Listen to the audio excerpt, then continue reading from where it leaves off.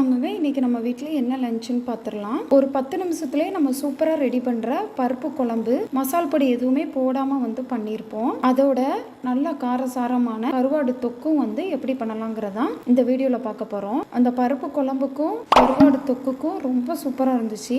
சப்புன்னு இருக்கிற பருப்பு குழம்புக்கு நல்ல சுள்ளுன்னு கருவாடு தொக்கு வச்சு சாப்பிட செம்மையாக இருந்துச்சு. வாங்க வீடியோக்குள்ளே போயிடலாம். ஒரு கிளாஸ் வந்து துவரம் பருப்பு எடுத்துக்கலாம். அதை ஒரு 2-3 தடவை வந்து கழுவிட்டு வந்துக்கலாம். இப்போ இதோட மஞ்சள் தூள் சேர்த்துக்கலாம். செரிமானத்துக்கு வந்து பெருங்காயத்தூள் சேர்த்துக்கலாம். 7-8 சின்ன வெங்காயம் எடுத்து கட் பண்ணி சேர்த்துக்கலாம். ஒரு மீடியம் சைஸ் தக்காளி கட் பண்ணி சேர்த்துக்கலாம். உரப்புக்கு வந்து நம்ம வேற எந்த பொடியும் போட மாட்டோம், பச்சை மிளகாய் மட்டும்தான். அதனால உங்க காரத்துக்கு ஏற்ற மாதிரி பச்சை மிளகாய் எடுத்துக்கோங்க. அதை 2 துண்டா வந்து கட் பண்ணி சேர்த்துக்கலாம். இப்போ குழம்புக்கு தேவையான உப்பு போட்டுக்கலாம். இப்போ தண்ணி ஊத்திக்கலாம். அவ்வளவுதாங்க. குக்கரை க்ளோஸ் பண்ணி 4 விசில் கிட்டக்க விட்டுக்கலாம். இப்போ இங்கிட்டு கருவாடு தொக்குக்கு புளி எடுத்து தேவையான அளவு தண்ணி ஊற்றி ஊற வச்சுக்கலாம். ஒரு 150 கிராம் போல சின்ன வெங்காயம் வந்து உரிச்சு வச்சிருக்கேன். இதை நீளமா கட் பண்ணிக்கலாம். கருவாடு தொக்குக்கு வந்து புளி நிறைய ஊத்தினா தான் நல்லா இருக்கும். அதனால ஒரு தக்காளி மட்டும் எடுத்து கட் பண்ணி வச்சுக்கோங்க. இப்போ உங்ககிட்ட என்ன கருவாடு இருக்கோ அதை எடுத்துக்கோங்க. நான் என்கிட்ட இருக்கிற கருவாடை எடுத்து அதை சும்மா வந்து தண்ணியில மட்டும் வந்து கிளீன் பண்ணிட்டு வந்துக்கிட்டேன். வடச்சட்டி காயவும் எண்ணெய் ஊத்திக்கலாம். எண்ணெய் நமக்கு காயவும் கடுகு போட்டுக்கலாம். கடுகு நமக்கு நல்லா பொரிஞ்சு வரவும் வெங்காயம் சேர்த்துக்கலாம். வெங்காயம் வந்து நல்லா நமக்கு சுருளை வந்து வதங்கி வரணும். வெங்காயம் நமக்கு வதங்கி வரவும் கருவேப்பிலை சேர்த்துக்கலாம். கருவேப்பிலையும் நமக்கு நல்லா எண்ணெயிலேயே வதங்கவும் தக்காளி சேர்த்துக்கலாம். தக்காளி நல்லா நமக்கு மையா வந்து இந்த அளவுக்கு வந்து வதங்கி வரவும் பொடியெல்லாம் சேர்த்துக்கலாம். மஞ்சள் தூள் சேர்த்துக்கலாம். மிளகாய் தூள் சேர்த்துக்கலாம். சீரகத்தூள் சேர்த்துக்கலாம்.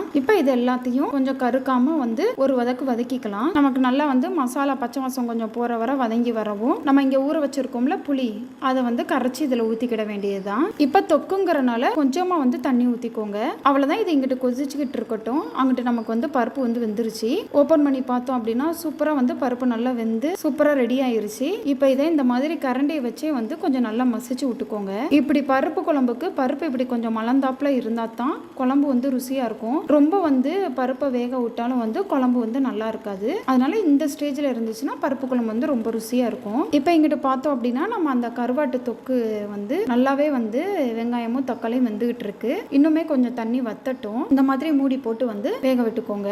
இப்போ பருப்பு குழம்பு தாளிக்க ஒரு வடச்சட்டியில எண்ணெய் ஊத்திக்கலாம். எண்ணெய் காயும் கடுகு போட்டுக்கலாம். கடுகு பொரிஞ்சு வரவும் சீரகம் போட்டுக்கலாம். பருப்பு குழம்புக்கு வந்து தாளிப்புல சீரகம் கண்டிப்பா போடணும், அதான் ருசி. இப்போ வட்டமா கட் பண்ணி வச்சிருக்கிற சின்ன வெங்காயம் சேர்த்துக்கலாம். வெங்காயம் நமக்கு கொஞ்சம் பாதி வதங்கவும் ஃப்ளேவருக்காண்டி ஒரு வத்தல் சேர்த்துக்கலாம். ஏற்கனவே நம்ம குழம்புக்கு வந்து பச்சை மிளகாய் போட்டிருக்கோம். அதனால குழம்பு வந்து உங்களுக்கு கொஞ்சம் காரமா இருந்துச்சுன்னா இந்த வத்தலை கூட வந்து அவாய்ட் பண்ணிக்கலாம். இப்போ நல்லா நமக்கு வந்து கோல்டன் ப்ரௌனா வந்து வெங்காயம் வதங்கி வரவும் கருவேப்பிலை சேர்த்துக்கலாம். கருவேப்பிலையும் நமக்கு நல்லா வதங்கி வரவும் நம்ம ரெடி பண்ணி வச்சிருக்கிற அந்த பருப்பு குழம்பு இந்த தாளிப்புல ஊத்துங்க. அதான் வந்து குழம்பு வந்து ருசியா இருக்கும். அவ்வளவுதாங்க. லாஸ்டா வந்து மல்லித்தலை வந்து தூவிக்கலாம். ஒரு 2 நிமிஷம் வந்து அடுப்புல இருக்கட்டும். அவ்வளவுதான். சூப்பரா வந்து 2 நிமிஷம் கழிச்சு பாத்தீங்க அப்படின்னா பருப்பு குழம்பு செம்மையா வந்து ரெடி ஆயிருச்சு. நீங்க சாம்பார் அப்புறம் பருப்பு கூட்டு அப்படி வைக்கிறத விட இப்படி ஒரு தடவை வந்து பருப்பு குழம்பு வச்சு பாருங்க.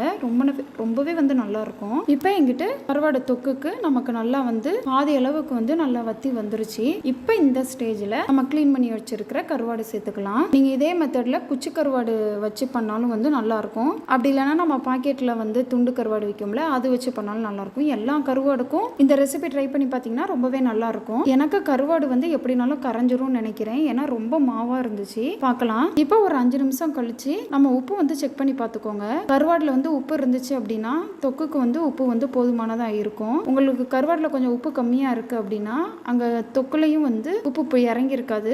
அதனால கொஞ்சமா வந்து உப்பு சேர்த்துக்கோங்க. நம்ம கருவாடு தொக்குக்கு வதக்கும் போது உப்பே போடல. லாஸ்டா இந்த மாதிரி வந்து செக் பண்ணி பார்த்து போட்டுக்கிட்டீங்க அப்படின்னா கொஞ்சம் கடுக்காம இருக்கும் தொக்கு. இப்ப பாருங்க நம்ம போட்ட கருவாடுல ஒரு கருவாடுல முள்ளு மட்டும் தான் இருக்கு. எல்லாமே கரைஞ்சிருச்சு. இப்ப பாருங்க நமக்கு சூப்பரா வந்து சைடெல்லாம் எண்ணெய் விட்டு நல்லா தொக்கு பதத்துக்கு வந்து வந்துருச்சு. இந்த ஸ்டேஜ்ல நம்ம ஸ்டவ் வந்து ஆஃப் பண்ணிட வேண்டியதுதான். அவ்வளவுதாங்க. பருப்பு குழம்பு ரெடியா இருக்கு. கருவாடும் ரெடியா இருக்கு. நீங்களும் இந்த காம்பினேஷன்ல சாப்பிட்டு பாருங்க. ஃபேஸ்புக்லயும் இன்ஸ்டாகிராம்லயும் ரவினா சமையலை ஃபாலோ பண்ணுங்க. சேனலை சப்ஸ்கிரைப் பண்ணுங்க. ஓகே, பாய்.